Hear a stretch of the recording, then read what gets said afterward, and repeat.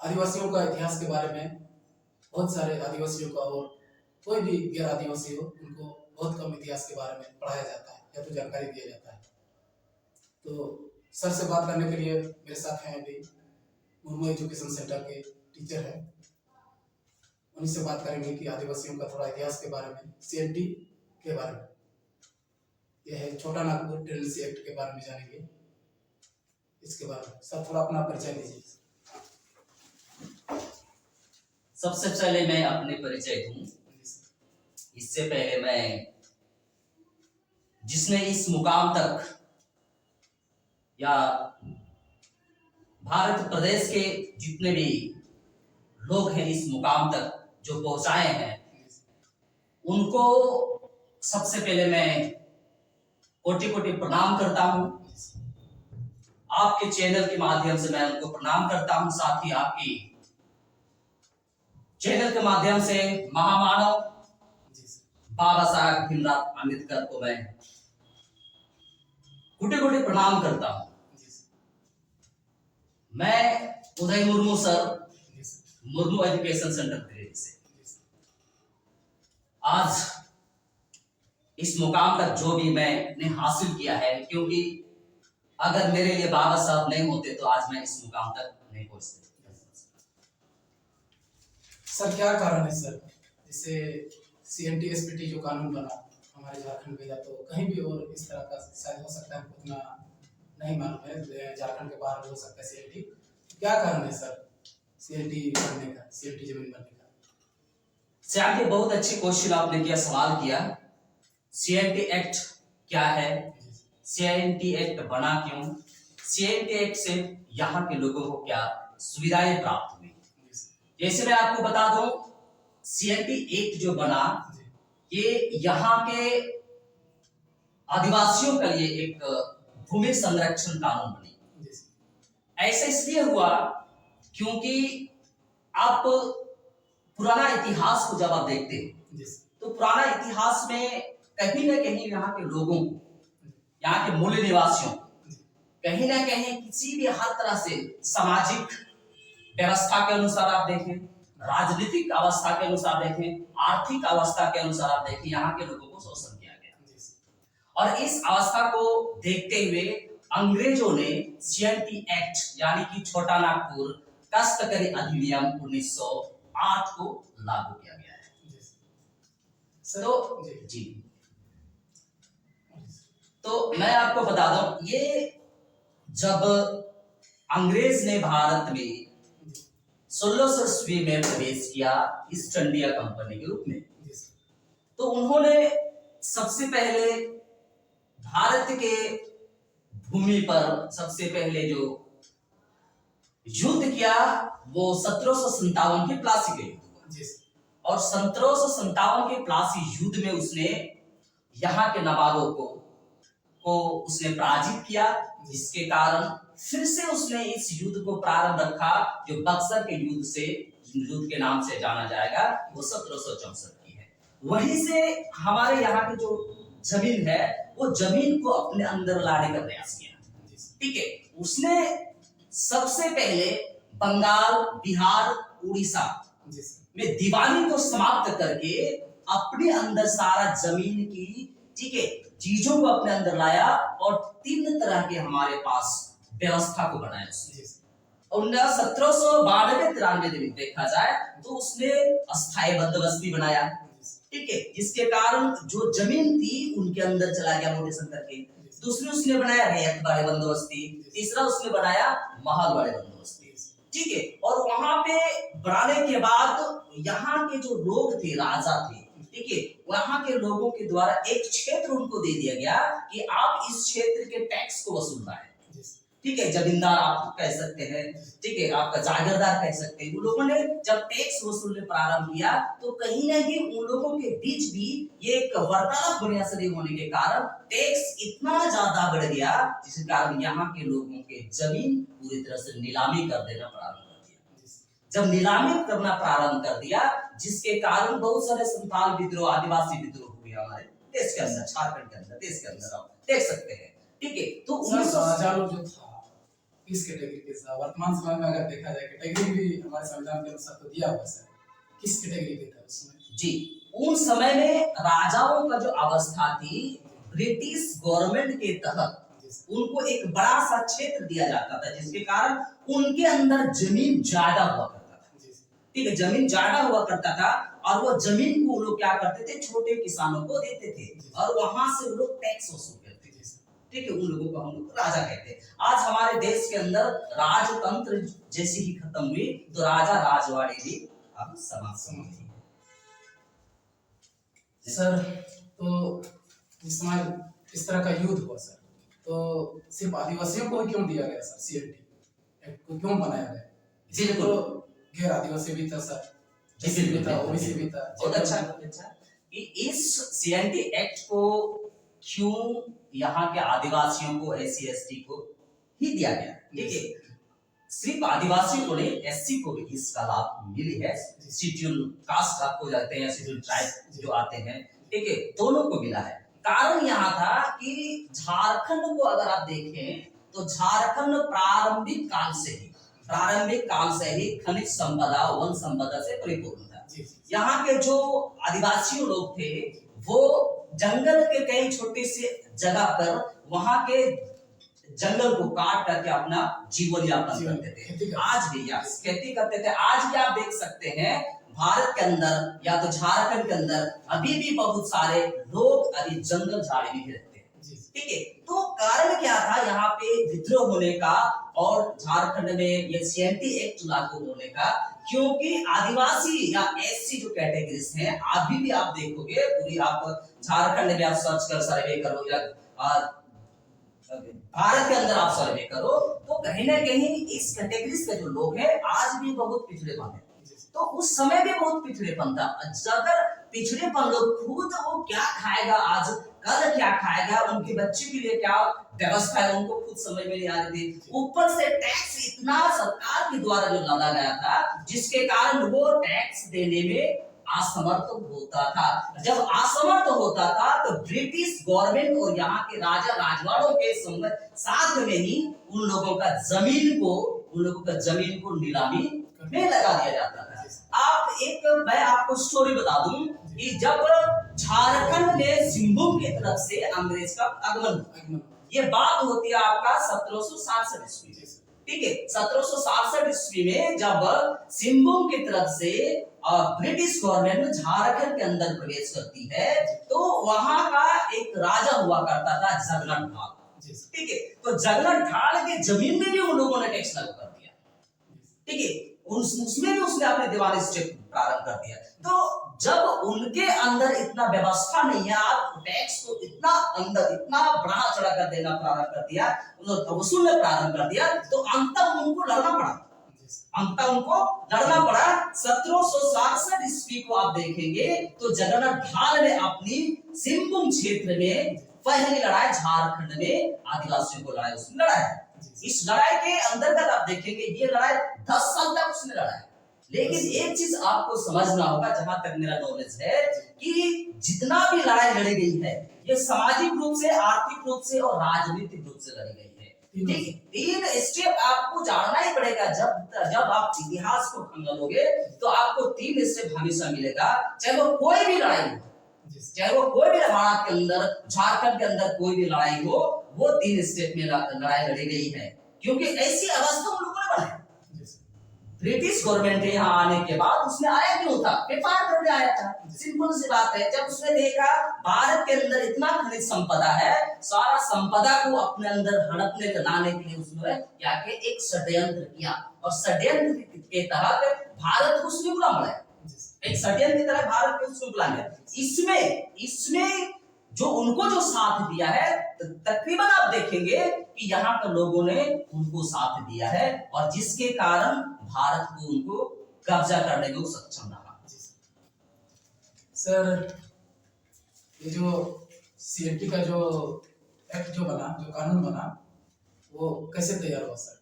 ये लड़ाई तो हो गया था सर, युद्ध तो हो गया था, लेकिन बना कैसे, तैयार कैसे हुआ? प्रारूप समिति या किस तरह का था ये? इस घटना को हम लोग एक छोटी सी नजर से नहीं देख सकते, क्योंकि झारखंड में जब लड़ाई लड़ी गई जो झारखंड में 1767 से शुरू होती है झारखंड में लड़ाई, और अंततः हम देखेंगे तो 1931 तक ये लड़ाई चलती है। इस दरमियान कई ऐसे लड़ाई लड़ी गई जिनसे आपको ढाल विद्रोह देखने को मिलेगा, ठीक है, आपको चेरो विद्रोह देखने को मिलेगा, आपको चुआड़ विद्रोह देखने को मिलेगा, ठीक है, संथाल विद्रोह देखने को मिलेगा, हो विद्रोह देखने को मिला। तकरीबन इस झारखंड में लड़ाई जो लड़ी गई है 1819 लड़ाई लड़ी गई। लेकिन इस लड़ाई को जब एक ही मांग था, झारखंड के जो लोगों का जो मांग था, हमें इज्जत के साथ जीने दें, हमारे जो जमीन है हमारे वापस कर दिया जाए, और मैं आपको टैक्स नहीं दे पाऊंगा, ठीक है, क्योंकि मेरे अंदर इतना क्षमता नहीं है।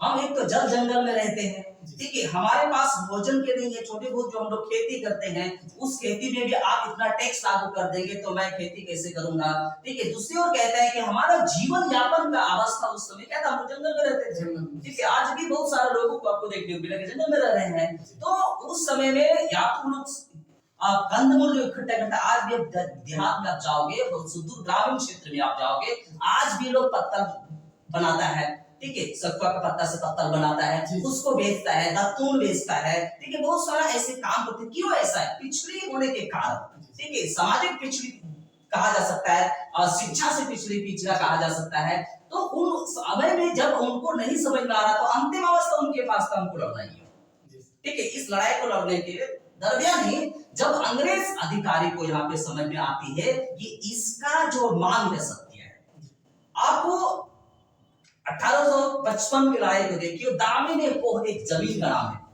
दामिनी कोह जमीन का नाम है, अंग्रेज द्वारा उनको मिला, ठीक है। फिर से अंग्रेजों ने यहाँ के साहूकार जिसको हम लोग कहते हैं शेख साहूकार, जहां से हम लोग कभी हम लोग पैसे ऋण में देते थे ना, उनके माध्यम से फिर उस जमीन को हड़पा। तो अंततः उसने क्या किया, हमारे जो वीर शहीद सिद्धू कानू चांद भैरव ने क्या अंततः लड़ाई प्रारंभ करना पड़ा कि उसमें यही है कि हमको मेरा जमीन वापस करो, मुझे शांति से जीने दो, अन्यथा हम लोग लड़ने में व्यस्त रहेंगे।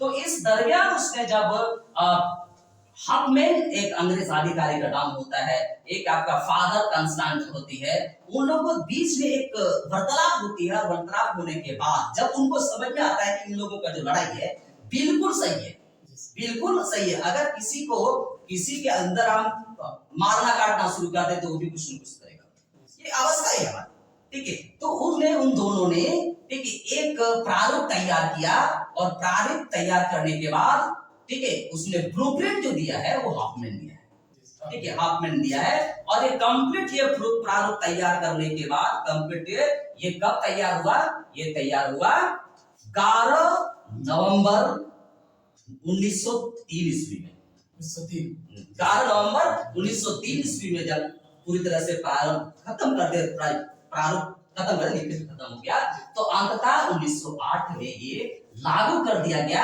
कि आज भारत के अंदर या झारखंड के अंदर सीएनटी जो जमीन होगी, ठीक है, खासकर ये सीएनटी झारखंड के लिए होती है, झारखंड राज्य के लिए होती है, कि जो झारखंड का जो सीएनटी जमीन होगा वो गैर सीएनटी लोग उसको खरीद नहीं सकते हैं।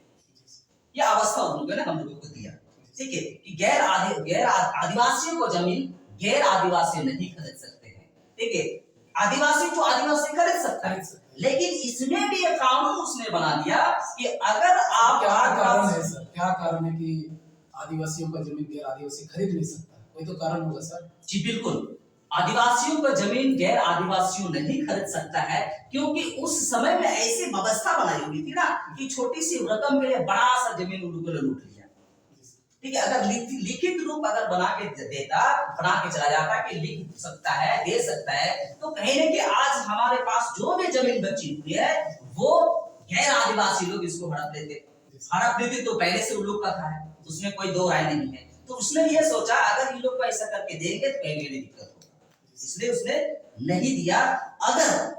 अगर ऐसी अवस्था बनती है कि आदिवासियों का जमीन है और गैर आदिवासी को दे रहा है, तो उसमें सबसे पहले वित्त आयोग से उनको परमिशन करना पड़ेगा, वित्त आयोग से उनको परमिशन करना पड़ेगा, और वित्त आयोग से परमिशन के बाद उनको जमीन दिया जा सकता है, गैर आदिवासी को जमीन दिया जा सकता है। लेकिन इसलिए सड़क इसलिए आपका स्कूल बनाने के लिए, हॉस्पिटल्स बनाने के लिए, कॉलेज सर्वर बनाने के लिए, ऐसे खेती करने घर बनाने के लिए नहीं दिया जाएगा घूस।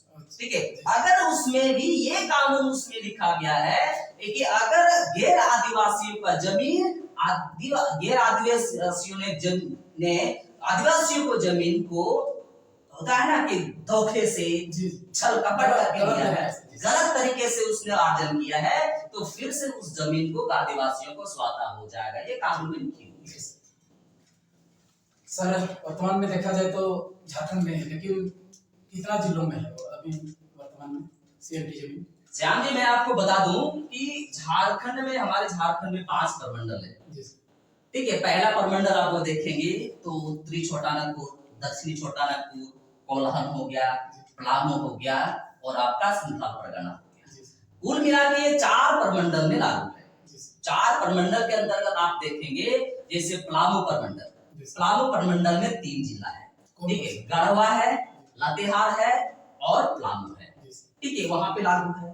और उत्तरी छोटा नागपुर में अगर आप देखें तो चतरा हो गया, हजारीबाग हो गया, रामगढ़ हो गया, बोकारो हो गया, ठीक है, गिरिडीह हो गया और धनबाद हो गया, कोडरमा हो गया। क्योंकि उत्तरी छोटा नागपुर में 7 जिले आते हैं, 7 जिले में ये कानून लागू है। ये कानून लागू है। दूसरी ओर अगर आप देखते हैं दक्षिणी छोटा नागपुर में, तो दक्षिणी छोटा नागपुर आप रांची देख सकते हैं, गुमला देख सकते हैं, सिमडेगा देख सकते हैं, कुट्टी देख सकते हैं, वहां भी लागू है। ठीक है, और पूर्वी कोल्हान क्षेत्र में अगर देखें, कोल्हान प्रमंडल में देखें तो कोल्हान प्रमंडल में 3 जिला है, सरायकेला, खरसावा, पूर्वी सिंहभूम और पश्चिमी सिंहभूम। कुल मिला के ये जो नियम लागू हुई है, ये आपका छोटा नागपुर के 4 प्रमंडल में अभी भी लागू है। सर नियम है, कितना अनुसूची है और किस तरह का इसका अनुच्छेद वगैरह क्या है सर? देखिए, इसका जो मेन मोटो जो आपको मैं बता दूं, ठीक है, कि इसका जो बनाने का स्टेप है ये अलग अलग है, क्योंकि ये जो बनाया गया है 19 अध्याय में बनाया गया है। ठीक है, 19 अध्याय में बनाया गया है और इस 19 अध्याय को अभी संभव नहीं है, इसके लिए लंबा समय हम लोगों को लेना पड़ता है। ठीक है, तो 19 अध्याय में बनाया गया है। 271 आर्टिकल को देखिए, 46 आर्टिकल को देखिए और 49 आर्टिकल को देखिए, इसमें पूरी तरह से दिया हुआ है। ये इसलिए बनाया गया ताकि आदिवासियों का जमीन गैर आदिवासी किसी भी प्रकार से वो हासिल नहीं करेगा। अगर ऐसा करता है तो कहीं ना कहीं झारखंड के आदिवासियों का जमीन लूटा जाएगा और झारखंड के जो लोग हैं पहले विवश थे और आज भी विवशी हो जाएंगे। आज तो थोड़ा सा आप देख सकते हैं, थोड़ा हर सुदूर ग्रामीण क्षेत्र से भी लोग आज पढ़ाई लिखाई के मामले में थोड़ा सा इंटरेस्ट दिए हैं और कहीं ना कहीं आने वाला समय में अच्छा रिजल्ट हम लोग को देखने को मिलेगा। ठीक है, तो इसके तहत आप देखें तो कहीं ना कहीं यहाँ के जो अंग्रेज अधिकारी थे उस समय के, उसने समझा कि यहाँ के जो मूल निवासी लोग हैं, यहाँ के जो झारखंडी लोग हैं, उनका मांग सही है। उसने 1908 ईस्वी में यहाँ पे लागू करके चला गया सीएनटी एक्ट। सर गिरिडीह में वैसे देखा जाए तो झारखंड की गिरिडीह जिला आप अकेले टीचर है सर, आप क्या क्या पढ़ाते हैं सर? मैं आदिवासी टीचर में अकेले है सर। बात तो सही है आपका, हो सकता है आज के डेट में बहुत सारे ऐसे टीचर्स होंगे, फिलहाल आप अगर समझ रहे मैं अकेला हूं तो धन्यवाद आपको, आपके चैनल को भी मैं धन्यवाद देता हूं कि मैं गिरिडीह में लगभग 2009 से मैं सेंटर को चला रहा हूं और आज जब मैं स्टार्टिंग किया था उसमें मैं इंग्लिश पढ़ाते थे। इंग्लिश में आपका जो लैंग्वेज होती है लैंग्वेज पढ़ाते थे, दूसरी ओर होता है कि आपका जो बुक्स लैंग्वेज 11-12 का होता है उसमें पढ़ाता था। ठीक है, कोई ऐसा घटना घटा जिससे हमको आर्ट्स का सब्जेक्ट शुरू करना पड़ा। ठीक है, आर्ट्स का सब्जेक्ट शुरू करना पड़ा और आज के डेट में देखा जाए मैं अभी झारखंड से रिलेटेड, झारखंड जीएस, चाहे वो जेपीएससी रिलेटेड हो, चाहे वो जेएसएस रिलेटेड हो, दरोगा हो या झारखंड पुलिस हो, उनका मैं अभी तैयारी करा रहा हूं। क्योंकि देखिए, अगर आप इतिहास पढ़ोगे, जब झारखंड से का इतिहास हो तो कहीं ना कहीं ये भारत के इतिहास से जुड़ी हुई है। ठीक है, झारखंड का भूगोल हो तो कहीं ना कहीं भारत के भूगोल से जुड़ी हुई है। कोई भी चीज आप अगर देखते हैं तो एक दूसरे से जुड़ा हुआ है, जिसको अलग करना संभव नहीं है। ठीक है, अलग करना संभव नहीं। आप देखिए कि झारखंड को आप प्राचीन भारत के अंदर घुसेंगे और प्राचीन भारत के अंदर घुस के जब आप देखेंगे कि एत्रे ब्राह्मण ग्रंथ है, जी एत्रे ब्राह्मण ग्रंथ है, उसमें झारखंड का दूसरा नाम रखा गया जिनका नाम है पुंड्रू या पुंड, पुंड्रू या पुंड रखा क्या गया। होता है सर इसका? ये एक जगह का नाम दिया गया, जैसे झारखंड अभी झारखंड हो गया ना, तो उसमें पुंड्रू या पुंड के नाम से जाना जाता था झारखंड।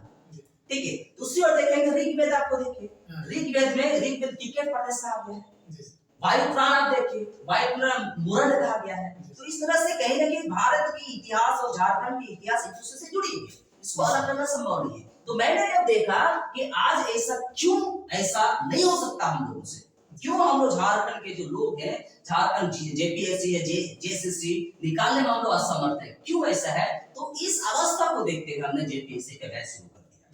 ठीक है, जी हाँ, मैं जेपीएससी के पढ़ा रहा हूँ। जेपीएससी के अंतर्गत तो सारी चीज आती है, क्योंकि जेएसएससी तो उसी के एक छोटा भाई के रूप में देखा जाएगा। ठीक है, तो आज गिरिडीह में मैं फर्स्ट स्टेप हूँगा, मैं आने आदिवासियों में, ऐसे तो दूसरा लोग पढ़ा रहे होंगे, इतना आइडिया मेरे को नहीं है, लेकिन फर्स्ट स्टेप होंगे। और आज मैं आप सभी के माध्यम से मैं यहाँ के झारखंड के लोगों को या झारखंड के विद्यार्थियों को मैं ये कोशिश करूंगा उसको अच्छा से अच्छा नॉलेज दिया जाए, ताकि यहाँ के जो अवस्था है, हमने ऐसा अवस्था क्यों मेरे अंदर हुआ, मैं अपने घटना को मैं आपको बता दूं कि जब मैंने लगभग 8 या 9 साल का था, तो उस समय मेरा फादर का देहांत हो गया। मैं ये बहुत मेरे अंदरूनी चीजें से घिरी हुई है। मैं आपको बता दूं कि फादर का डेथ हो गया तो पढ़ाई लिखाई मेरा थोड़ा ठप हो गया, क्योंकि मेरे जो बड़े भाई हैं अभी भी हैं, अभी टीचर बने हुए हैं, नारायण मुर्मुदा। ठीक है, तो उस समय वो थे एक घर में चलाने के लिए। तो उस समय का जो अवस्था को हमने देखा, तो लगा कि नहीं, कुछ ना कुछ हमको भी करना है, ताकि जो हमने फेस किया जीवन में, उस सारी चीजों को कोई आने वाले जो बच्चे लोग होंगे वो फेस नहीं करें। इसके तहत हमने स्टार्ट किया, पहली कारण। दूसरी कारण है कि जब मैंने आर्ट्स को प्रारंभ किया, तो आर्ट्स को प्रारंभ किया कि मेरे साथ बहुत बड़ा गेम हो गया। ठीक है, मेरे साथ बहुत बड़ा गेम हो गया कि कोई लोग कुछ पढ़ाते थे, कोई लोग कुछ पढ़ाते, तो मैं भी कुछ पढ़ाता था। तो हम सभी के बीच में कॉम्बिनेशन होता था कि आप ये स्टूडेंट को दीजिए, हम आपको ये स्टूडेंट देंगे। ठीक है, लेकिन उन लोगों ने क्या किया, मेरे साथ धोखा कर दिया कि जो सब्जेक्ट मैं पढ़ा रहा हूँ वही सब्जेक्ट वो भी वहां पढ़ा रहा है। हम एक इंसान, एक साधारण इंसान जो उनको मैं दे रहा हूँ स्टूडेंट को, लेकिन वो मेरे को नहीं देकर के पढ़ा रहा है। तो मैंने कहा क्यों ना हम नहीं कर सकते, मेरे अंदर क्या कमी है? इंसान के अंदर सब कुछ है, अगर इंसान चाहे सब कुछ है। तो हमने इत्तेफाक से एक्सीडेंटली मैंने आर्ट्स का सब्जेक्ट पढ़ाना शुरू किया, और आज मैं लगभग 3 साल से आर्ट्स को मैं पढ़ा रहा हूँ और अच्छे रिजल्ट है। जेपीएससी के बाद जेपीएससी के लिए, इसके लिए भी एक अच्छा सा कहानी है, मैं आपको बता दूं कि ये जो जेपीएससी मैंने जो शुरू किया, उसमें बहुत बड़ा और उससे बड़ा मेरे अंदर धोखा हो गया। क्या धोखा हो गया? मेरे वाइफ बायोलॉजी पढ़ाते थे 11th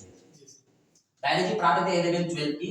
यहाँ के कुछ टीचरों ने क्या किया, एक ग्रुप बनाया, अपने आप में ग्रुप बनाया, और यहाँ के जो बच्चे लोग हैं, सारे बच्चे लोग को कहा कि जितना भी सब्जेक्ट पढ़ना है यही पढ़ना है। मेरी वाइफ एक सब्जेक्ट पढ़ाती थी, ठीक है, और सारा सब्जेक्ट वो लोग उधर ही पढ़ते थे, और लोग तो एक साल मिल गया, हम अकेले इधर हो गए। तो उन लोगों ने क्या किया, यहाँ के सारे बच्चे लोग ले गए।